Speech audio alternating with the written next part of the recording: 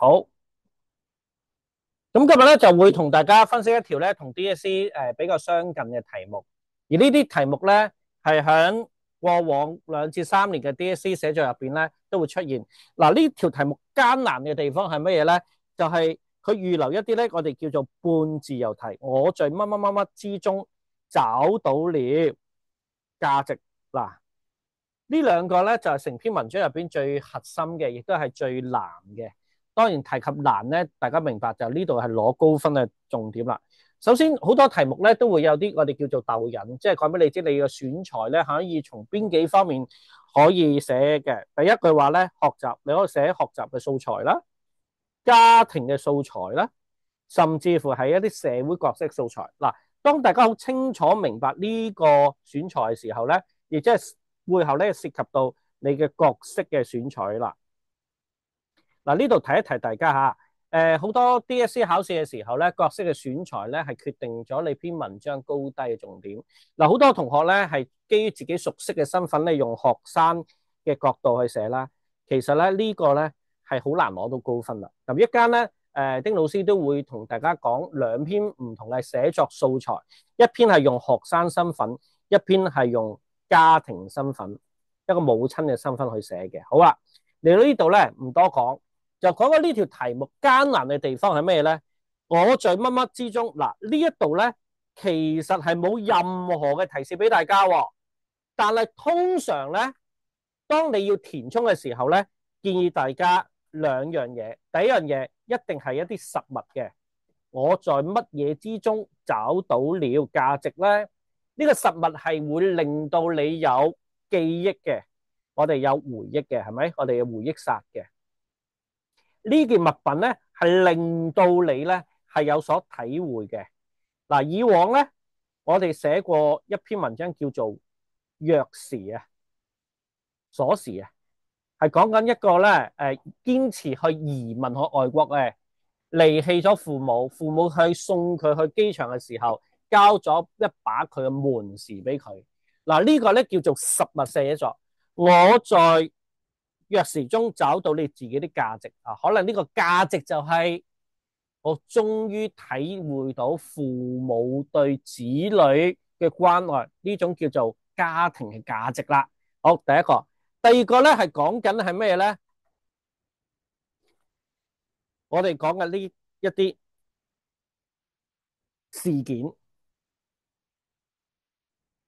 或者舉得簡單啲，一啲經歷，令到我哋揾翻自己嘅價值。好多時候咧，好多同學講，啲價值咧會唔會係某邊啲事咧？嗱，舉一個簡單例子，呢件事咧可能係你一個自閉症嘅學生，一直受欺凌嘅，係咪？佢通過一次畫畫學習藝術，揾到自己嘅價值。嗱，呢一個咧係一件事嘅經歷。所以大家明白，我在乜乜乜乜當中咧，不外乎從兩個方向諗，一個就講緊你嘅實物，一個咧就係你一段嘅經歷。好啦，第二咧難點就係咩叫做價值咧？喂，呢個價值呢啲題目咧背後隱藏住兩個轉折嘅。第一個咧，你係冇價值，你懷疑自己嘅價值。所以你會見到咧，一個自閉症學生咧，佢長期喺學校咧係揾唔到自己價值，被人排斥嘅。O 唔 OK？佢一開始冇價值，係通過一啲事，佢感悟到佢自己有另一種價值。我價值就喺藝術當中揾到我嘅生存，揾到我嘅優點，揾到我嘅能力。嗱，呢度有好多同學咧，你本身可能係選擇係修讀 PE 嘅。係咪運動嘅？喺運動過程當中，你然發覺原來喺成個社會入邊咧，唔單止讀書好嘅，其實運動都令到我攞咗我滿足感。OK，係咪？只不過呢個社會上人哋將太多成功嘅價值定義成就係揾錢啦，定義成咩咧？一份體面嘅工作啦。嗱，呢啲令到大家選材嘅時候咧就有所限制。嗱，我哋見到呢度咧，當我哋咁樣睇嘅時候，其實不外乎咧，其實俾咗兩個好關鍵嘅概念，點樣去到分析呢啲半開放式題目。首先填窿窿嗰度，你一係揾件物品，具有價值嘅物品 ，OK？ 一係咧就一段經歷，呢個第一點。第二點就好關鍵，就係你選擇個乜嘢人，你角色係乜嘢去寫。你唔係一個普通學生，你係一個自閉症學生。如果你寫家庭，你唔係一個普通家庭主婦，你係被人拋棄嘅單親母親，帶住一個女，你係經歷一啲嘢。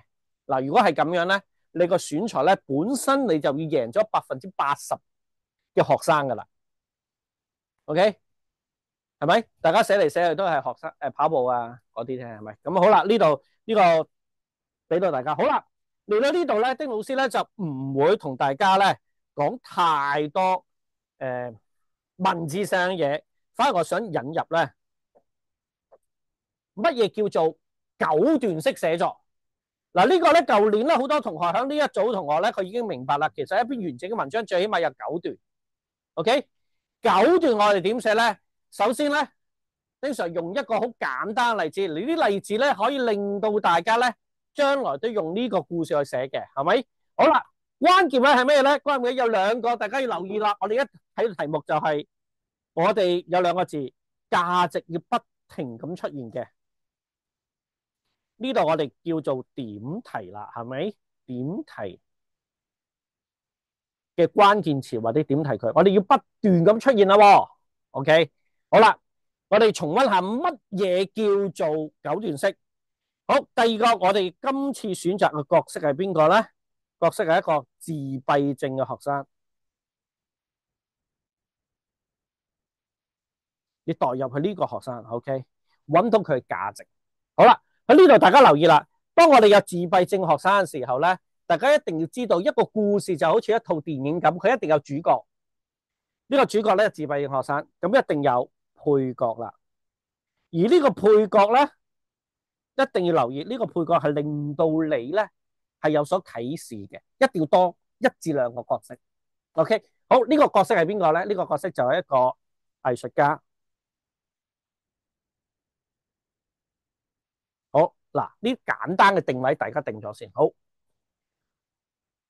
乜嘢叫做九段式寫作咧？就有起承轉合一定要有啦，加上有啲背景同埋引入啦。好啦，首先第一部分我哋要用咩咧？用150字。嗱，呢度關鍵位用倒敘嘅手法。嗱，倒敘手法喺好多嘅作文入邊咧，一個常用嘅手法，亦都係攞分嘅重點。你描述自閉症嘅小明，咁我哋當然唔係小明啦，我哋係咩啊？一心啦，係咪？佢手捧住畫畫大獎獎嘅獎杯，台下雷聲震動。OK， 回憶起自己同封閉內向不斷走到自身嘅價值。嗱，嚟到呢度，大家明白價值出現咗啦，係咪？引出我在繪畫當中找到你價值。嗱，繪畫我想問啦，係一件經歷嚟啊嘛，亦都係一件物件嚟嘅嘛，明白嗎 ？OK， 好啦，呢一段咧，我哋嘗試睇睇，我哋點樣去令到自己咧係攞到高分。嗱，呢度丁老師咧，因為上年班啦，想教大家，我哋除咗用一啲好簡單嘅手法之外咧，我哋開始要咩咧？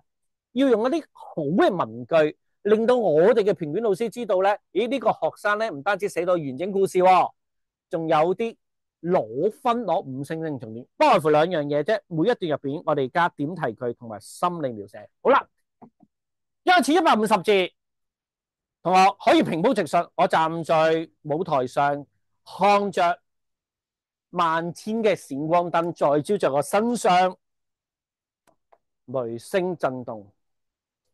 忽然，我也感覺到曾經封閉嘅內心也可以找到自己閃光嘅價值。誒，呢句說話，我想問係乜嘢啊？係點題。嗱，咩叫題？我每一段將價值呢個句子不停咁寫。OK， 好啦，我哋睇睇，舉個例子，站在舞台如潮。嗱，呢個寫低，呢個係比喻嚟嘅。OK，我深刻意識到繪畫就是打開我價值的若是。嗱，呢度咧好快佢會將到咩咧？繪畫等於若是，亦等於一個價值。嗱，係咪點咗題啊？同學仔，我哋見到咧點題句咧就將價值個句子咧不停寫。好啦，咁唔足，咁攞唔到好高分嘅。好嘅文章就好似大家睇小說咁，你會代入去唔同嘅主角入邊個心理入邊諗緊啲乜嘢，你係全知上帝嘅。好啦，呢度啦，小明望着歡呼嘅人群，雙手緊握住獎杯。嗱，呢個行動描寫啦，係咪？淚水模糊你雙眼，哇，幾好！曾經他以為自己永遠在黑暗中徘徊，而此刻繪畫塔克的光輝讓他知道自己的價值達到了超章。呢句說話，我想同學呢句說話加點題加心理描寫，究竟好啲咧，定係前邊平鋪直述好啲咧？OK， 其實講俾大家知，呢個故事大家背都背得到啦，但係寫作手法咧，你要嘗試去將點題佢同心理描寫要混合埋一齊。好，嚟到第二段咧，好多我哋時候咧寫文章咧好忽略嘅，因為一篇文章電光火石之間1400字，你令到我哋嘅考卷老師好清楚知道你個角色係乜嘢，你點解寫呢篇文章咧係難嘅。所以喺第二段嚟講咧，一般嚟講我要求咧同學咧係一定要交代人物嘅角色同埋你嘅背景，即係你屬於一個乜嘢人。嗱，佢介紹自我介紹，我係一個自閉症學生。嗱，呢個選材就好好啦，係咪？學校經常被孤立，嗱，呢啲唔係重點嚟嘅，呢啲係背景啫，唔需要寫咁多，係咪？我封閉自己嘅世界，佢父母憂心忡忡，苦無良策，偶然發現小明對塗塗畫畫咧表現興趣，於是嘗試讓佢接觸繪畫。嗱，好多時候咧，當我哋同學能力唔足夠嘅時候咧，可能我哋就用一啲咧平鋪直述嘅句子咧，係將第二段佢嘅背景、佢人物咧寫出嚟。好啦。回復翻今個學期入邊咧，我哋希望咧，大家係要用兩個手法咧，係令到我哋成篇文章活躍上嚟。第一個點題句，第二個就心理描寫。嗱，舉個事例啦，嚟到呢一度咧，我哋諗啦，咦，細節描寫我哋寫咩？佢自閉狀態係點樣？自閉狀態係點樣 ？OK， 明白。好，第二咧係講緊父母心理描寫，父母嘅無奈。呢度由我哋寫啦 ，OK， 好啦，咁我哋點咧？點題句啦，嗱，點題句我哋咩啊？價值嘛，生活自閉症嘅顯得暗淡無光，但父母不棄的希望和繪畫的出現，也許是我走到自身價值的開端。好啦，我想問一個簡單問題啫，呢一個點題句係咪應該擺喺第二段嘅後段啊 ？OK， 嗱，講緊我揾到價值嘅開端噶啦。第一段已經有點題句，第二段亦都有點題句，好重複強調緊俾考官老師知，我好清楚個篇文係寫緊價值，明白嗎？繪畫揾到價值，亦即係話繪畫價值、繪畫價值、繪畫價值係不停點題嘅句子嚟嘅。OK， 令到呢度咧，我哋睇下，咦？咁我哋將點樣細緻描寫？我哋叫做默默地坐在角落。嗱，呢度係咪細緻描寫啊？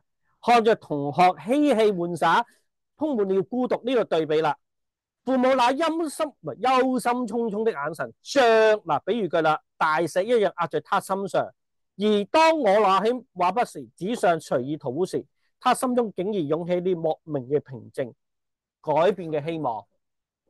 OK， 好啦，嗱，你見唔見到丁 Sir 咧教大家咧就係點題句同埋一啲心理描寫。當你細緻描寫好嘅時候，你腦入邊係咪有個腦圖像 ？OK， 有個圖像係咪？咁你知道，咦？如果我將呢一段心理描寫點題句，就算我拍戲都拍得到喎。嗱，好多同學忽略咗咧，可能佢一寫文章咧，個即刻咧就寫事情嘅起因。嗱，呢樣嘢咧係冇鋪墊喺你成個故事嘅角色嘅深刻度啦，你個故事嘅轉承起合咧係差少少。嗱，丁 Sir 教大家咧就係第一、第二段加埋咧350字得噶啦。用啲快速文句交代自己背景啦。好，咁開始咧用200字咧寫起因啦。講乜嘢咧？報咗一個興趣班，同學第一次走入呢個咁嘅教室嘅時候咧，睇到五彩繽紛。嗱，大家留意，丁 Sir 點解講五彩繽紛啊？對應翻個自閉世界係咩啊？黑白啊嘛，灰色噶嘛。OK，冇任何希望啊嘛，搵唔到任何價值噶嘛。OK，佢感覺到好奇又害怕，老師熱情地迎接鼓勵佢落去畫筆。小明祥老師啊，小心翼翼畫下第一筆嗱，呢個就起因。好，但係成個故事你寫落去 OK 嘅 level 2、level 3嘅文章就係咁樣平鋪直述啦。又翻啦，嗱呢度係講緊咩咧？呢度講緊有一個場景嘅，就係畫畫。我哋能唔能夠咧係將畫室嘅環境寫得好啲？由一個灰色嘅地帶變成咗一個彩色嘅地帶，有一個自閉嘅學生開始慢慢打開世界。嗱，其實第一段咧起因咧就可以咁嘅。OK， 好啦，咁我哋又係我哋睇翻，咦，丁老師啊，點解反覆點題係咪會令到我哋咧成篇文章變得刻意化？係刻意嘅。OK， 但係呢個刻意係令到大家咧成篇文章咧唔會離題，亦都符合考評局嘅 level 3和4嘅要求啦。咁我哋睇下啦，嗱，在那看似陌生的畫室當中，嗱，有繪畫出現翻，我仿佛看見了改變我生活的軌跡，尋找自身價值的契機。嗱，係咪又有繪畫又有價值呢個詞出現啦？所以我哋見到咧反覆點題。OK， 好，第二嘢咧，我哋講啦，點樣細緻描寫緊你嘅心理啦。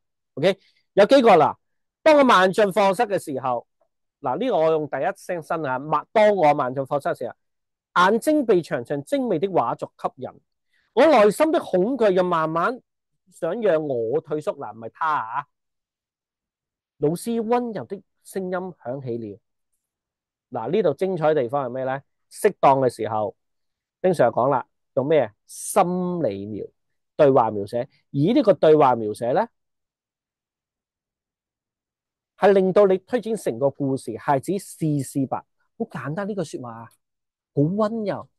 試下啦，阿潘同學，坐低，好好寫作文。其實你啲字好靚嘅，當你寫落去嘅時候，我哋會感覺到咧，你文字就表達你嘅情感啦，好唔好？請你坐低。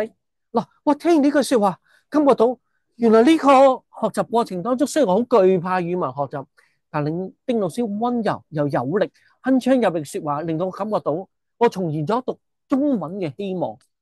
好唔 OK？ 明白啊？一句說話啫，用對話。你見唔見到前面其實冇用過任何對話描寫嘅？